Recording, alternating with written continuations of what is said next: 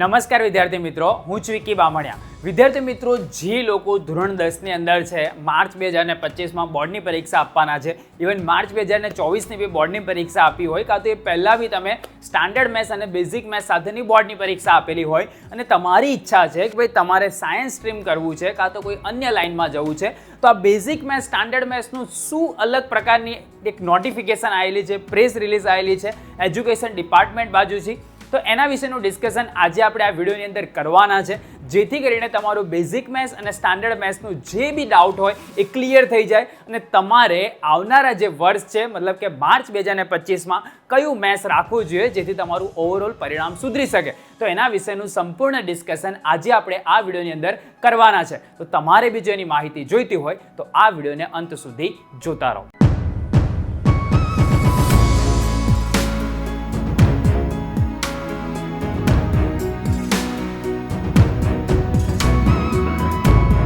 હવે વિદ્યાર્થી મિત્રો, વિડીયોની શરૂઆત કરતા પહેલા આ વિડીયો પર આપણે 5000 લાઇકનો ટાર્ગેટ રાખીએ છીએ અને મને ભરોસો છે કે ડેફિનેટલી 5000 લાઇકનો ટાર્ગેટ પતી જશે. તો અહીંયા નીચે લાઇકનું બટન આપેલું છે, તમે તમારી લાઇક કરી દેશો જેથી કરીને 5000 લાઇકના ટાર્ગેટને પૂરું કરી શકાય. તમે જો આ ચેનલ પર કોઈક જગ્યાએથી હરતા ફરતા આવી ગયા હોય તો તમે ગુજરાતમાં બોર્ડના વિદ્યાર્થીઓ માટેની સૌથી વધારે સબસ્ક્રાઇબર ધરાવતી ચેનલ પર તમે આવેલા છો. તમને અહીંયા નીચે આંકડો બી દેખાતો હશે, 1.4 મિલિયનની આસપાસ અહીંયા સ્ટુડન્ટ જોડાયેલા છે, મતલબ કે 14 લાખની આસપાસ વિદ્યાર્થીઓ જોડાયેલા છે. એ લોકોનો ભરોસો છે આ ચેનલ પર, તો તમે બી સબસ્ક્રાઇબનું બટન દબાઈ અને અમારી સાથે જોડાઈ શકો છો. હવે આપણે શરૂઆત કરીએ તો કે ભાઈ માર્ચ 2025 બોર્ડ એક્ઝામ માટે basic maths versus standard maths the and એવું કેમ લખેલું છે એ હું તમને એક્સપ્લેન કરીશ. તમે શું લેશો એના વિશેનું ડિસિઝન આપણે લાસ્ટમાં લઈશું.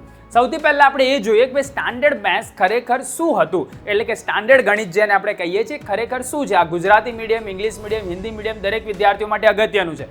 ભાઈ સ્ટાન્ડર્ડ મેથેમેટિક્સનો મતલબ આપણે શું કરતા હતા કે જે વિદ્યાર્થીઓને ધોરણ 11માં વિજ્ઞાન પ્રવાહમાં ગ્રુપ એમાં જવું હોય તેવા વિદ્યાર્થીઓ સ્ટાન્ડર્ડ ગણિતને લેતા હતા અત્યાર સુધીની, મતલબ કે આજની જે ડેટ છે એના પ્રમાણેની જે માહિતી છે એ પ્રમાણે જે જૂના ભૂતકાળના વિદ્યાર્થીઓને પૂછશો તે કહેશે ભાઈ સ્ટાન્ડર્ડ ગણિતમાં એટલે લીધું હતું કેમ કે મારે 11માં એ ગ્રુપમાં એડમિશન લેવું હતું, મતલબ કે મારે એન્જિનિયરિંગની લાઇનમાં જવું હતું. જે વિદ્યાર્થીઓને ગણિત વિષયમાં રસ હોય તેવા જ વિદ્યાર્થીઓ સ્ટાન્ડર્ડ ગણિતને લેતા હતા, કેમ કે સ્ટાન્ડર્ડ ગણિતનું જે આખું અલગ અલગ જે મેથડ હતી એ આગળ હું તમને બતાવું છું કે સ્ટાન્ડર્ડ ગણિતમાં શું અલગ પડે છે બેઝિક ગણિતથી. સ્ટાન્ડર્ડ ગણિતની બ્લુપ્રિન્ટ તથા નમૂનાનું જે પ્રશ્નપત્ર છે એ પણ અલગ આવે છે, એનું જે માળખું હોય છે પ્રકરણ વાઇઝ એ પણ અલગ અલગ હોય છે, મતલબ કે એની અંદર જે સહેલા પ્રકરણ છે એનું જે વેટેજ છે એ ઓછું હોય છે અને જે અમુક જે કોન્સેપ્ટ બેઝ ચેપ્ટર્સ છે જે અઘરા લાગતા હોય છે વિદ્યાર્થીઓને એવા ચેપ્ટર્સ છે એનું જે વેટેજ છે ઓવરઓલ એ વધારે હોય છે. એટલા માટે આ જે પાઠ્યપુસ્તક તો બંનેની સરખી જ હોય છે, મતલબ કે તમે બેઝિક મેથ્સ રાખો કે સ્ટાન્ડર્ડ મેથ્સ રાખો, બંનેને એનસીઆરટીની જે ટેક્સ્ટબુક છે ગણિતની એમાંથી જ ભણવાનું હોય છે, પણ પ્રકરણના વેટેજ બોર્ડની પરીક્ષાના ઓરિએન્ટેશનથી વધી જાય છે. મતલબ કે સ્ટાન્ડર્ડ મેથ્સની અંદર જે ચેપ્ટરનું વેટેજ વધારે હોય છે એનું બની શકે કે બેઝિક મેથ્સની અંદર વેટેજ ઓછું હોય. તો આ બધા ડિફરન્સ હોય છે. અઘરા લાગતા પ્રકરણોમાંથી વધુ પૂછવામાં આવે તેવું પ્રકારનું માળખું આખું બનાવવામાં આવે છે સ્ટાન્ડર્ડ મેથેમેટિક્સનું, જેથી કરીને વિદ્યાર્થીઓને ગણિતના કોન્સેપ્ટ ક્લિયર પણ થાય અને વિદ્યાર્થી સરળતાથી જ્યારે 11-12ની અંદર એ ગ્રુપ લે, મેથેમેટિક્સ લે, ત્યારે એ વિદ્યાર્થીને ગણિતમાં કોઈ તકલીફ ના પડે કોન્સેપ્ટ પર જોવા જાય તો. તો આ સ્ટાન્ડર્ડ મેથ્સની વાત થઈ. તેવી જ રીતે બેઝિક મેથેમેટિક્સનો મતલબ શું હતો કે જે વિદ્યાર્થીઓને ગણિત 11 વિજ્ઞાન પ્રવાહના ગ્રુપ એ સિવાયના કોઈ બી ફિલ્ડમાં જવું હોય, મતલબ કે એને કોમર્સ લેવું હોય, આર્ટ્સ લેવું હોય, બી ગ્રુપ લેવું હોય, એબી ગ્રુપ લેવું હોય, આવા કોઈ બી સિવાયની કોઈ પણ લાઇનમાં જવા માટે વિદ્યાર્થીઓ બેઝિક ગણિતને પસંદ કરતા હતા. હવે બેઝિક ગણિત અને અહીંયા પસંદ કરતા તેવું કેમ છે હું આગળ તમને કહું છું કે જે વિદ્યાર્થીઓને ગણિત વિશે અઘરો લાગતો હોય તેવા વિદ્યાર્થીઓને બેઝિક ગણિત લેતા હતા, મતલબ કે કોઈને ગણિતથી ડર લાગતો હોય તેવા વિદ્યાર્થીઓ બેઝિક ગણિતને પસંદ કરે. તો બેઝિક ગણિતને પસંદ કરવાનો ફાયદો શું થાય? ભાઈ બેઝિક ગણિતની બ્લુપ્રિન્ટ સ્ટાન્ડર્ડ ગણિત કરતાં અલગ આવે, એનું નમૂનાનું પ્રશ્નપત્ર પણ એકંદરે સરળ હોય, મતલબ કે એની અંદરથી જે સહેલા જે પ્રકરણો છે એ પ્રકરણોની અંદરથી વધુ માર્ક્સનું પૂછવામાં આવે જેથી કરીને વિદ્યાર્થી સરળતાથી પાસ થઈ જાય. સરળ પ્રકરણોનો ગુણભાર વધુ બોર્ડની પરીક્ષામાં રાખવામાં આવે છે જેથી ગણિત દરેક વિદ્યાર્થી સરળતાથી પાસ કરી શકે. આ એનો હેતુ હતો બેઝિક ગણિતનો. હવે રિસેન્ટલી એક બ્રેકિંગ ન્યૂઝ આવ્યા છે, નોટિફિકેશન છે એજ્યુકેશન ડિપાર્ટમેન્ટની, એના વિશે આપણે ડિસ્કશન કરીએ એ પહેલાં તમે જો અમારી સાથે આખા વર્ષ દરમિયાન સારી રીતે જોડાવા માંગો છો, તમને ખ્યાલ જ હશે કે દિવાલીપુરા યુથ વિદ્યાર્થીઓ પાસે કોઈ પણ પ્રકારનો ચાર્જ લેતું નથી. આપણે ફક્ત અને ફક્ત પેડ કોર્સિસ અને બુક્સનો જ ચાર્જ લઈએ છીએ. એ સિવાય જેટલી પણ સર્વિસ છે બધી સર્વિસ આપણે વિદ્યાર્થીઓને ફ્રીમાં આપીએ છીએ. તો અમારી ફ્રી કમ્યુનિટીને તમે જોઈન કરી શકો છો. TDY આર્મી ઇન્સ્ટાગ્રામ પર તમે જોઈન કરી શકો છો, નીચે ડિસ્ક્રિપ્શનમાં તમને લિંક મળી જશે.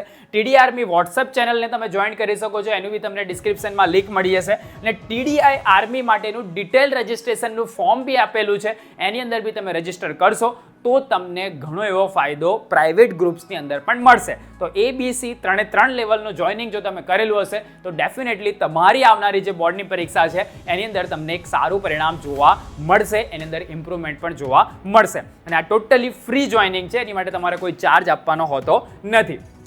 એક ન્યૂઝ આવ્યા હતા, બ્રેકિંગ ન્યૂઝ શું કહે છે ભાઈ, માર્ચ 2024ની બરાબર કે ભાઈ માર્ચ 2024ની પરીક્ષા ધોરણ 10 બેઝિક ગણિત સાથે ઉત્તીર્ણ ઉમેદવારોને વિજ્ઞાન પ્રવાહના ધોરણ 11ના ગ્રુપ A અથવા ગ્રુપ B અથવા ગ્રુપ ABમાં પ્રવેશ માટેનો લાભ ચાલુ શૈક્ષણિક વર્ષ 2024-25થી અમલી કરવામાં આવે છે. અમલ થઈ ગયો છે એટલે તમારે બી ઇમ્પ્લિમેન્ટ થશે.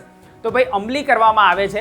માર્ચ 2024ની પહેલાના વર્ષોમાં કદાચ કોઈ વિદ્યાર્થીએ પરીક્ષા આપી હોય ધોરણ 10 બેઝિક ગણિત સાથેની, તો એવા વિદ્યાર્થીઓને સ્ટાન્ડર્ડ ગણિત આપી અને પછી એ ગ્રુપમાં જવું પડતું હતું. એની અંદરથી એ લોકોને મુક્તિ આપવામાં આવેલી છે. તો ઉત્તીર્ણ થયેલ ઉમેદવારોએ વિજ્ઞાન પ્રવાહના ધોરણ 1 અથવા ધોરણ 12 ગ્રુપ A અથવા ગ્રુપ ABમાં પ્રવેશ મેળવી અભ્યાસ શરૂ હોય કે ધોરણ 12 વિજ્ઞાન પ્રવાહ ગ્રુપ A અથવા AB સાથે ઉત્તીર્ણ થયેલ હોય તેવા ઉમેદવારોએ ધોરણ 10 સ્ટાન્ડર્ડ ગણિતની પરીક્ષા ઉત્તીર્ણ કરવામાંથી મુક્તિ આપવામાં આવે છે.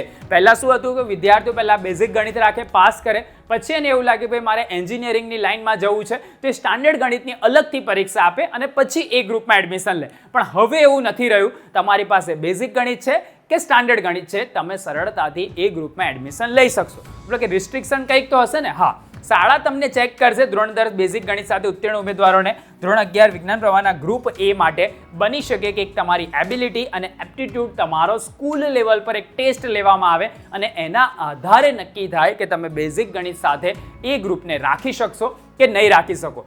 મતલબ કે જે ચોઇસ મળતી હતી એ ચોઇસનું હવે આમ જોવા જઈએ ને કે એનો કોઈ મતલબ જ નથી રહેતો. તો શું થશે હવે? ભાઈ હવે શું થશે તો ભાઈ સ્ટાન્ડર્ડ ગણિત કે બેઝિક ગણિત વાળાને કોઈ મર્યાદા નથી, એટલે જેથી વિદ્યાર્થીઓ બેઝિક ગણિત જ રાખવાનું પસંદ કરશે. કેમ? કેમ કે એમના એ લોકોને ફાયદો છે, ઓછી મહેનતે વધારે માર્ક્સ આવી જાય છે. બરાબર છે. તો સ્ટાન્ડર્ડ ગણિત કે બેઝિક ગણિતનો જે ફરક હતો એ ફરક હવે કદાચ ઓછો થઈ જશે. ગયા વર્ષની વાત કરું તો 1,92,000ની આસપાસ વિદ્યાર્થીઓએ સ્ટાન્ડર્ડ ગણિત રાખ્યું હતું.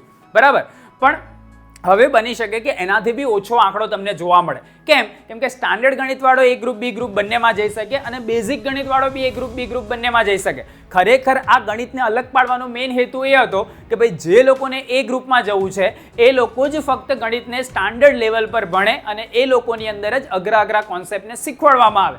બેઝિક ગણિતવાળાને જો B ગ્રુપ લેવું છે તેને નોર્મલ કેલ્ક્યુલેશન બેઝ પેપરનું માળખું આપી અને એને આગળ વધારવામાં આવ્યું. પણ હવે તે મર્યાદા રહે જ નથી.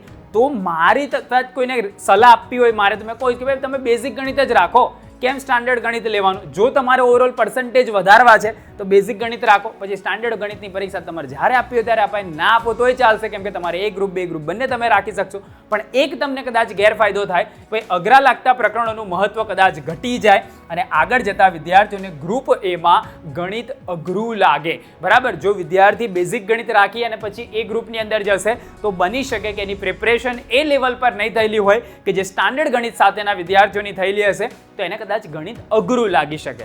શાળા કે ક્લાસીસ સ્ટાન્ડર્ડ ગણિતની અલગથી પ્રેક્ટિસ કરવાનું ટાળશે. હવે એક નવા જ પ્રકારના માળખા બની જશે, નવા જ પ્રકારની સલાહો ક્લાસીસ અને ટ્યુશનવાળા અને અલગ અલગ શાળાઓવાળા પણ આપશે. ભાઈ બેઝિક ગણિત રાખને હું કરવા સ્ટાન્ડર્ડ લઈને માથાકૂટ કરે છે. આવા કદાચ આવનારા દિવસોમાં તમારી સામે આવે. આનું જે ઓફિશિયલ જે પરિપત્ર છે 1-2 દિવસમાં બોર્ડની વેબસાઇટ પર આવી જશે. પણ દર વખતની જેમ દિવાલીપુરા યુથ તમારી સમક્ષ આ જે વાત છે સૌથી પહેલાં રજૂ કરી રહ્યું છે. તો તમે જ્યારે તમારી સ્કૂલની અંદરથી હવે તમને પૂછશે, ડિસિઝન પૂછશે કે ભાઈ તમારે બેઝિક મેથ્સ લાવવું છે કે સ્ટાન્ડર્ડ મેથ્સ લાવવું છે, તો એ વખતે આ વિડીયોને જોઈ લેજો, શાંતિથી એકવાર વિચારજો.